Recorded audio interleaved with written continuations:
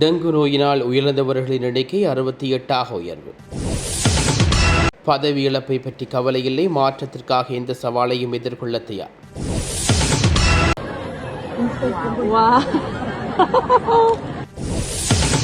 கிந்து கலையில் கைக்குண்டு மீட்பு.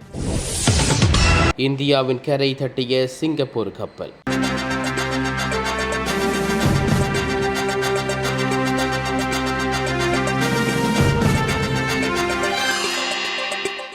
நுவரெலியா கித்துல்கலை பகுதியில் கைக்குண்டொன்று மீட்கப்பட்டுள்ளது.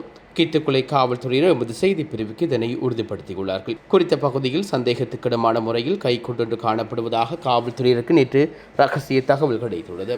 இதையடுத்து சம்பவ இடத்துக்கு சென்ற கிந்துக்கலை காவல்துறையினர் அந்த பகுதியை பாதுகாப்பான முறையில் கட்டுப்பாட்டுக்குள் கொண்டு வந்தவுடன் அதிவிசேட அதிரடிப்படையினரும் தகவல்கள் வழங்கியுள்ளார்கள். பின்னர் காவல்துறையினரும் விசேட அதிரடிப்படையினரும் இணைந்து முன்னெடுத்த நடவடிக்கையின் மூலம் மீட்கப்பட்ட கைக்குண்டு உரிய பாதுகாப்பு நடைமுறைகளுக்கு அமைய செயலிழக்க செய்யப்பட்டுள்ளது. அதன் மூலம் அந்த பகுதியில் ஏற்படக்கூடிய ஆபத்துக்களை தவிர்க்கப்பட்டுள்ளதாக காவல்துறையினர் தெரிவித்துள்ளார்கள்.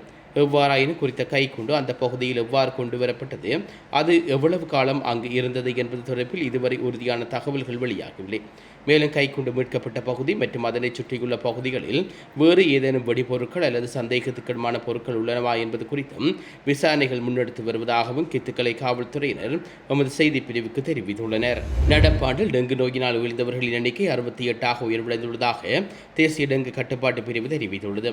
ஆகஸ்ட் 12 நள்ளிரவு வரையிலான கண்காணிப்பு தரவுகளின்படி நாட்டில் மொத்தம் 91,059 டெங்கு நோயாளர்கள் கண்டறியப்பட்டுள்ளார்கள். இதில் ஜூலை மாதத்தில் மாத்திரம் அதிகபட்சமாக 29,971 பேர் பாதிக்கப்பட்டுள்ளார்கள். மாவட்ட ரீதியில் கம்பகாவில் 19,406 நோயாளர்களும் கொழும்பில் 18,901 நோயாளர்களும் பதிவாகியுள்ளார்கள். மாகாண ரீதியில் மேல் மாகாணத்திலேயே மிக அதிகமாக 48,244 நோயாளர்கள் அடையாளம் காணப்பட்டுள்ளார்கள். தற்போது நாடு முழுவதும் 119 சுகாதார மருத்துவ அதிகாரிகள் பிரிவுகள் உயர் அபாய பகுதிகளாக பிரகடனப்படுத்தப்பட்டுள்ளது. தொழில்துறை மற்றும் நகர்ப்புற பகுதிகளில் டெங்கு நுழம்பு பெருகுவதை தடுக்கும் வகையில் பொதுமக்கள் தொடர்ந்து விழிப்புடன் செயற்படுமாறு சுகாதார அதிகாரிகள் வேண்டுகோள் விடுவித்துள்ளனர். நாட்டின் அரசியலமைப்புக்கு அப்பாற்பட்டு தனது அதிகாரத்தை பயன்படுத்தப் போவதில்லை என்று ஜனாதிபதி அனுகுமார் திசாநாயக்க தெரிவித்துள்ளார். இலங்கை சட்டத்தணிகள் சங்கத்தின் பிரதிநிதிகளுடன் நேற்று இடம்பெற்ற சந்திப்பின் போது ஜனாதிபதி இவ்வாறு குறிப்பிட்டுள்ளார். என நிர்வாக அதிகாரமோ அல்லது எங்களிடமுள்ள இந்த அதிகாரமோ அரசியலமைப்புக்கு அப்பாற்பட்டு பயன்படுத்தப்படக்கூடாது. அரசியலமைப்பு திருத்தங்களின் காரணமாக முன்னாள் ஜனாதிபதி பதவி விலக வேண்டியிருந்தது. நீங்களும் பதவி விலக வேண்டியிருக்கும் என்று சட்டத்தரணிகளால் இப்போது சுட்டிக்காட்டப்பட்டுள்ளது. நான் பதவி விலக தயாராகவே உள்ளேன். மக்களின் ஆணை மீறி ஆட்சியில் இருக்க ஒருபோது முயற்சிக்க மாட்டேன் என்று ஜனாதிபதி தெரிவித்துள்ளார். மேலும் அரசியலமைப்பின் மாற்றத்தை ஏற்படுத்துவதற்காக ஆபத்தை ஏற்க தயாராக உள்ளேன் என்று கூறிப்பட்டுள்ளார். ஆபத்துக்கள் இல்லாமல் மாற்றம் நிகழும் என்று நான் நினைக்கவில்லை. மாற்றம் எப்போதும் ஆபத்துக்குடன் ஏற்படுவதாக ஜனாதிபதி சுட்டிக்காட்டியுள்ளார். ஜனாதிபதி செயலகத்தில் நடைபெற்ற இந்த சந்திப்பு சுமார் 1 மணித்தியாலங்கள் வரை நீடித்துள்ளது. இதன்போது நீதிபதிகளின் ஓய்வூதிய வயதிலேயே நீடிப்பது தொடர்பாக 22வது அரசியலமைப்பு திருத்தம் தொடர்பாக கவனம் செலுத்தப்பட்டுள்ளன. அது குறித்து இலங்கை சட்டத்தணிகள் சங்கத்தின் கருத்துக்களும் ஆலோசனைகளும் இன்று முன்வைக்கப்பட்டுள்ளன.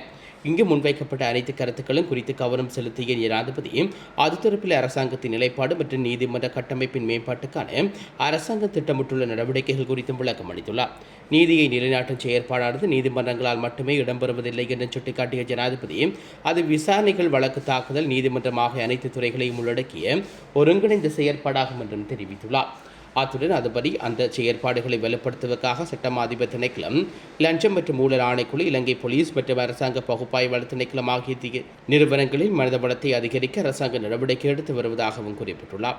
மேலும் லஞ்சம் மற்றும் ஊழல் ஆணைக்குழுவின் சேவைகள் மாவட்ட மட்டத்தில் பரவலாக திட்டமிடப்பட்டுள்ளதாகவும் மேன்முறையீட்டு நீதிமன்ற நீதிபதிகளின் எண்ணிக்கையை அதிகரிப்பதுடன் பொதுமக்களின் எளிதில் அணுகும் வகையில் மேன்முறையீட்டு நீதிமன்ற நடவடிக்கைகளை மாகாண மட்டத்தில் நடைமுறைப்படுத்துவதாக உட்கட்டமைப்பு வசதிகளை மேம்படுத்தவும் நடவடிக்கை எடுக்கப்படும் என்று ஜனாதிபதி உறுதியளித்துள்ளார்.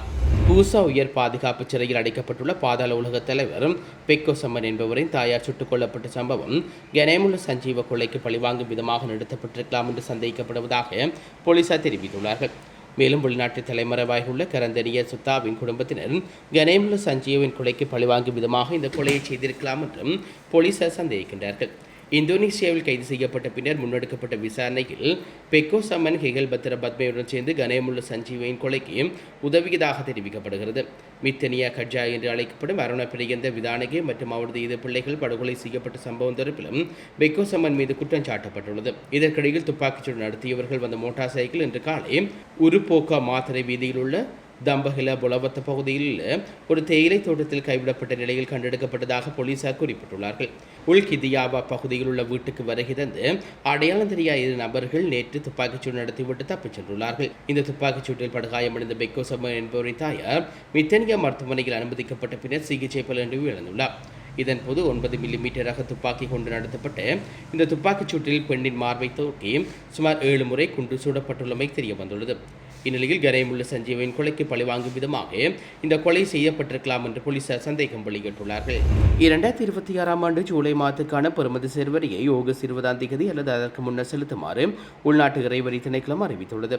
அதற்கு மிக வரி செலுத்த தவறினால் அது தாமதமாக செலுத்தப்பட்டால் அபராதம் விதிக்கப்படும் என்றும் திணைக்களம் எச்சரிக்கை விடுவித்துள்ளது.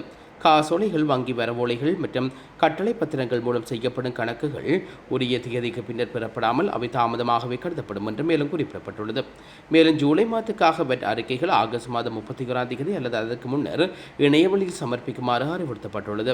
இதற்கிடையில் முற்பண வரியை ஆகஸ்ட் 15, 2026 அல்லது அதற்கு முன்னர் செலுத்துமாறும் வரி செலுத்துவோரை உள்நாட்டு இறைவரி திணைக்களம் கேட்டுக்கொண்டுள்ளது. ஜூலை மாதத்துக்கான சமூக பாதுகாப்பு பங்களிப்பு வரியை ஆகஸ்ட் 20ஆம் தேதி அல்லது அதற்கு முன்னர் செலுத்த வேண்டும் என்றும் அந்த துறை அறிவுறுத்தியுள்ளமை குறிப்பிடத்தக்கது. தவணை முறையில் வீடுகளை நிர்மாணித்து தருவதாக சமூக ஊடகங்களில் விளம்பரங்களை வெளியிட்டு பொதுமக்களிடமிருந்து கோடிக்கணக்கான ரூபாயை மோசடி செய்ததாக கூறப்படும் நபர் ஒருவர் கைது செய்யப்பட்டுள்ளார். 2 நிறுவனங்களை நடத்தி வந்ததாக கூறப்படும் சந்தேக நபர் இலகுவாக தவணை முறையில் வீடுகளை நிர்மாணித்து தருவதாக குறிப்பிட்டு குறிப்பாக முகநூல் உட்பட சமூக ஊடகங்களில் விளம்பரங்களை வெளியிட்டுள்ளதாக தெரிவிக்கப்படுகிறது. அந்த விளம்பரங்களை நம்பி பலர் பணம் செலுத்தியுள்ள நிலையில் வாக்குறுதி அளித்த பின்னர் வீடுகளை நிர்மாணித்து கொடுக்காமல் கோடிக்கணக்கான பணத்தை மோசடி செய்ததாக சந்தேக நபர் மீது குற்றம் சாட்டப்பட்டுள்ளது.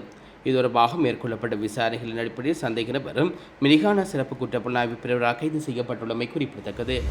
இஸ்ரேலில் வேலைவாய்ப்பு பெற்றுத் தருவதாக கூறி போலி வேலைவாய்ப்பு ஒப்பந்தங்களை தயாரித்து வந்ததாக சந்தேகிக்கப்படும் இருவர் கைது செய்யப்பட்டுள்ளார்கள். வெளிநாட்டு வேலைவாய்ப்பு பணியகத்தின் 1வது மாடியில் வைத்து சந்தேக நபர்கள் இருவரும் கைது செய்யப்பட்டுள்ளார்கள்.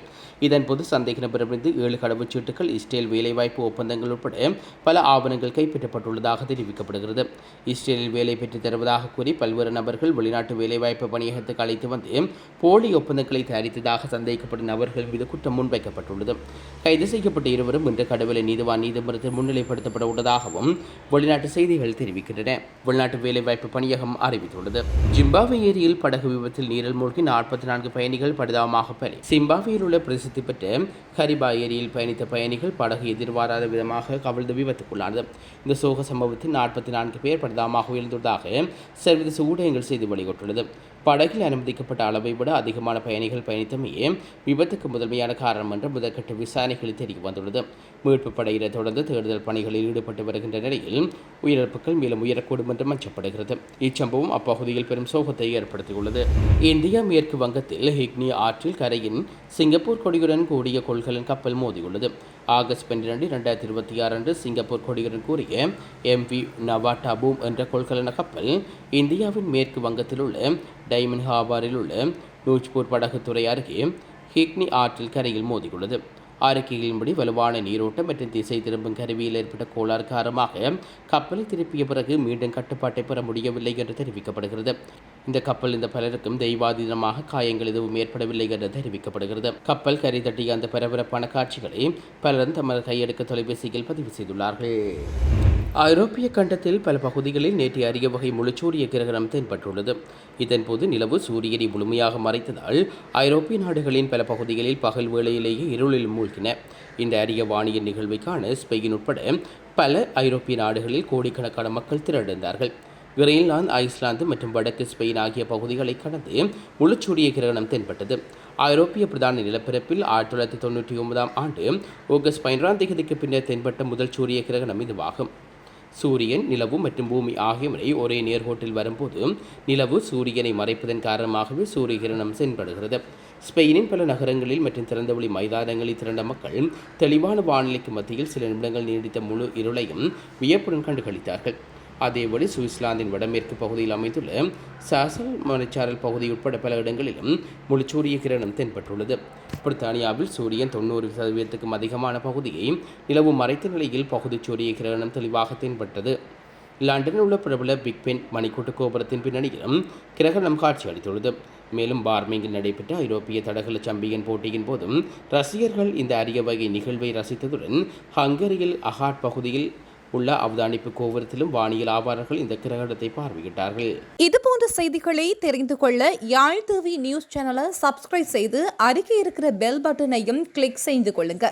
மேலும் இதுபோன்ற செய்திகளை உடனுக்குடன் தெரிந்து கொள்ள யாழ்டிவி.com எனும் இணையதளத்தின் வாயிலாக எங்களோடு இணைத்துக் கொள்ளுங்கள்.